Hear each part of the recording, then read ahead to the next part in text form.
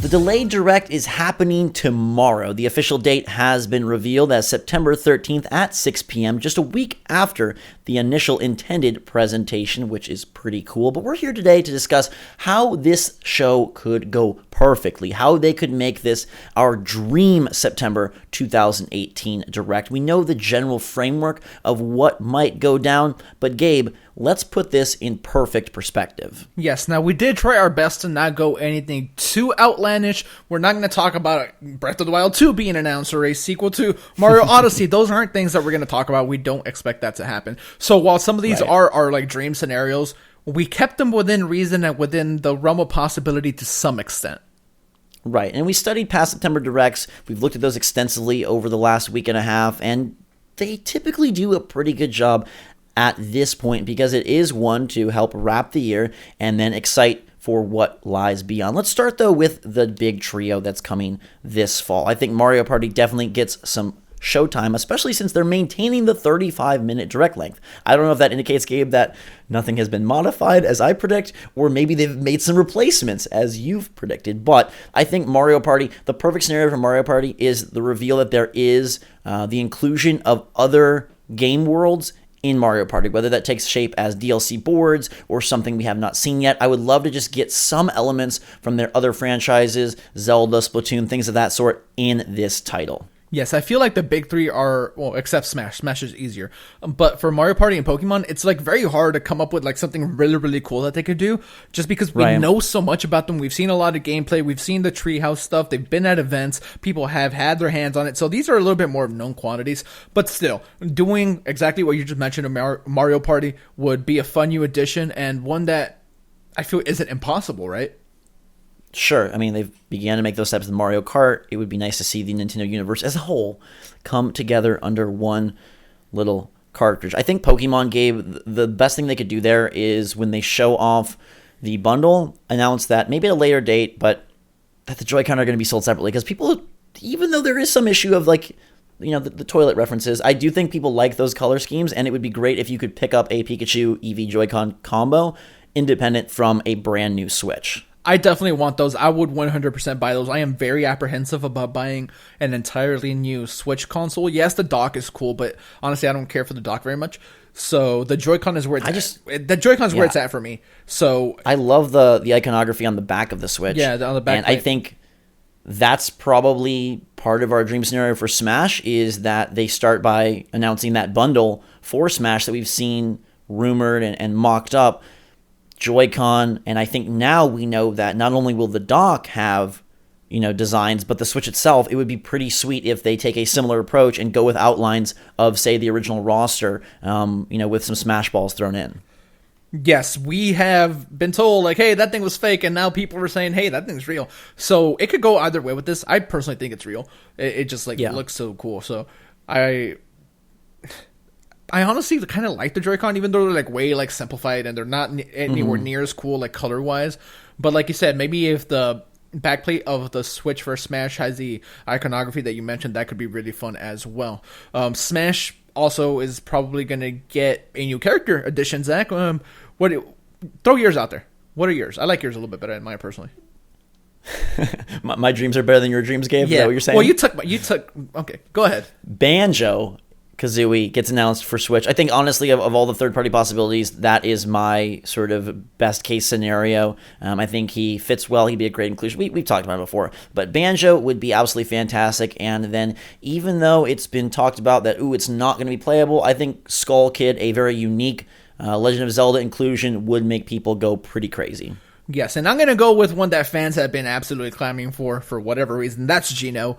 And, Echo character, I was going to go with Shadow, just because that one like seems to make a whole lot of sense. So, two that fans like really want is the ones that I didn't go with. I'm a man of the people, Zach, and very nice. Besides characters, there's something else Smash related that they could mention. That's a spirit mode. When the Smash Direct happened, they said that they would mention that at a later date. This is a later date, technically. The game is out in December.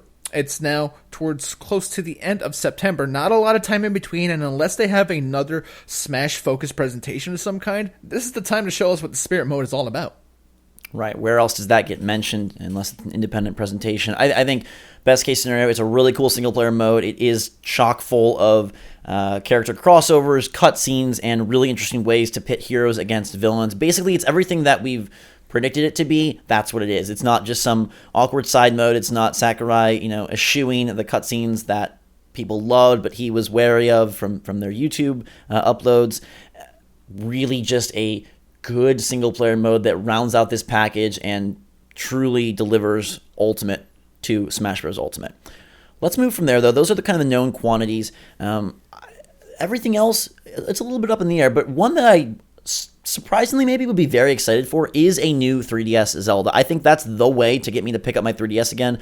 I love the Link Between Worlds, and even though in a pie-in-the-sky scenario we get a nice top-down Zelda on Switch, I don't think it's happening, so I'm going to go with a more realistic dream, and that is a really cool Zelda 3DS launching this holiday season. For better or for worse, 3DS has been around for so long now. You have to feel like at some point they're going to want to usher it out, so why not have a couple like swan song type of games come out? And Zelda is the perfect franchise for that. We know that Luigi's Mansion is a thing, and maybe that gets like touched on a tad, but yeah, the 3DS stuff is what I'm least excited for out of the presentation, but Zelda's something I'll be there for day one. Yeah, I can't really think of another game outside of like a really unique take on Mario that would make me want to absolutely play Zelda. Like, I appreciate Luigi's Mansion coming to 3DS, not going to play it. But if it is a new top-down Zelda, like Link Between Worlds was so just prime in every way, that would be fantastic. On the Mario front, though, the big rumor is New Super Mario Bros. It's a Wii U repackaging with some deluxe features. I would love it so much, Gabe, if those rumors were wrong and instead we were surprised by a different title from Nintendo coming forth. Is it still a port? Is it not? You're thinking Wonderful 101 would be great. Yes, I mean, we want to be clear and say that the new Super Mario Brothers thing is probably happening, but in this like dream scenario of ours, it isn't, and we get Wonderful 101 instead. There has been like teases on Twitter where they like mention it all the time, and I think at this point we get Wonderful 101 at some point, even maybe a sequel, maybe a port, who knows, probably a port. But I would love for that to happen instead of New Super Mario Brothers, just because it's a much more interesting game to me.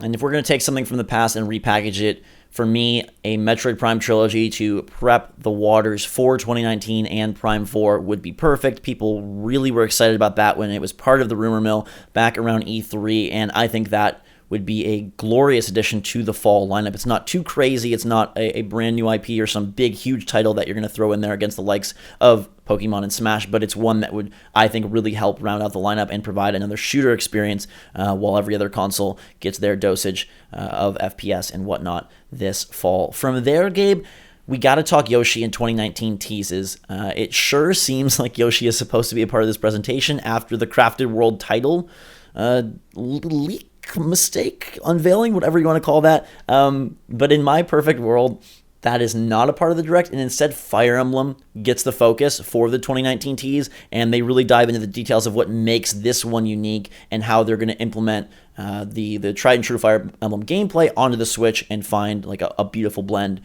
to work as we work towards launch. Yeah, Nintendo didn't do the thing this year that they usually do and like say like, oh, we're focusing on games for this year. Like they didn't say that. So I do think that 2019 gets teased a bit. Of course, Yoshi will be there and we know the title, so a release date would be fun for that. Fire Emblem, yeah, some more details. A new trailer could be really cool as well. But I'm super excited for that. I want to ask you this. Do you think Fire Emblem is the type of game that deserves a demo or needs a demo? I think it's a weird one to do a demo just because of the nature of the genre. Valkyria has a demo.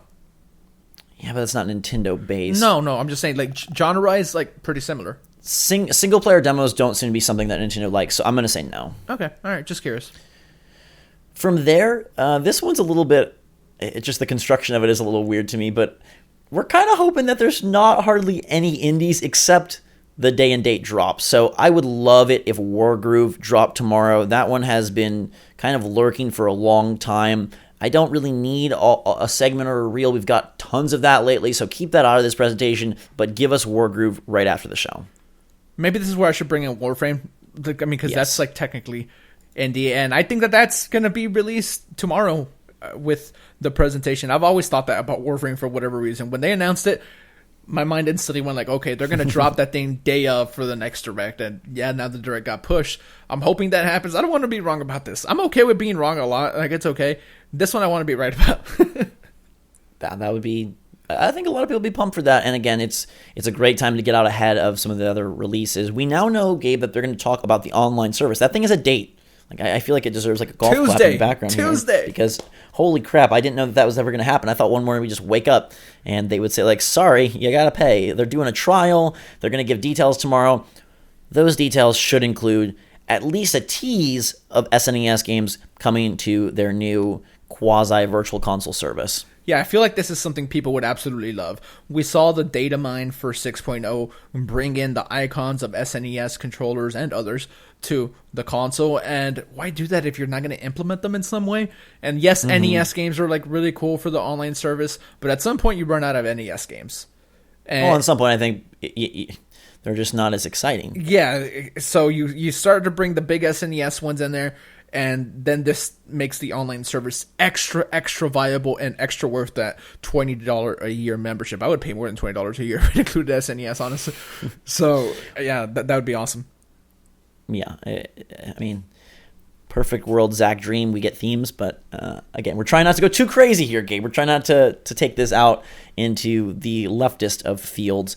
I think third party is obviously going to have a presence, and the things expected are like, ooh, maybe a Diablo date, perhaps some Sega stuff. I really would love to see Ubisoft come through in the clutch and give us an original title. They have been a bit quiet lately. They removed Steep from their lineup. What are they working on? Something new in terms of a partnership with Nintendo. Doesn't have to be a crossover. I know they have Starlink, but I would love an exclusive original title that felt more in the vein of Mario plus Rabbids. Different genre, but same kind of effort and emphasis. I would even be happy with a port of some kind. Zombie U was like really like fun, and then it just turned into Zombie when they put it on other platforms. Having that on Switch could be fun. Very like small, but still cool. And Splinter Cell, right? That's you could put some older Splinter Cell games on Switch and have those do very well. I think it's a franchise that people really want, and Ubisoft has a great relationship with Nintendo. Now you can't do anything cool and exclusive with those for the most part, but just having them on there would be cool. Now you've got me really excited. Halloween time is creeping around. Zombie 2 on Switch, bringing it back exclusive. Yeah, there you go. Now we're talking. And you mentioned Sega. I want to mention one thing. Yes. Vanquish, a game that is is very beloved by the people who know about it. It did decently well. It got a PC port recently. It's a fantastic Platinum game. Sega publishes it. If Bayonetta, the original, did well on Nintendo Switch, I can imagine this doing well as well, because they came out around similar times. They're both like old 360 games, or that generation, 360 PS3. But given the fact that they both got re-released on PS3, makes me hopeful that Vanquish could somehow come to Nintendo Switch. That's a phenomenal game. Yeah, I think a collection of some sort, or just a port of a big title, isn't out of the realm of possibility. I'm going to throw in there, we know that Civ 6 is probably a part of this presentation. It got leaked via their website that's coming to Switch later this fall.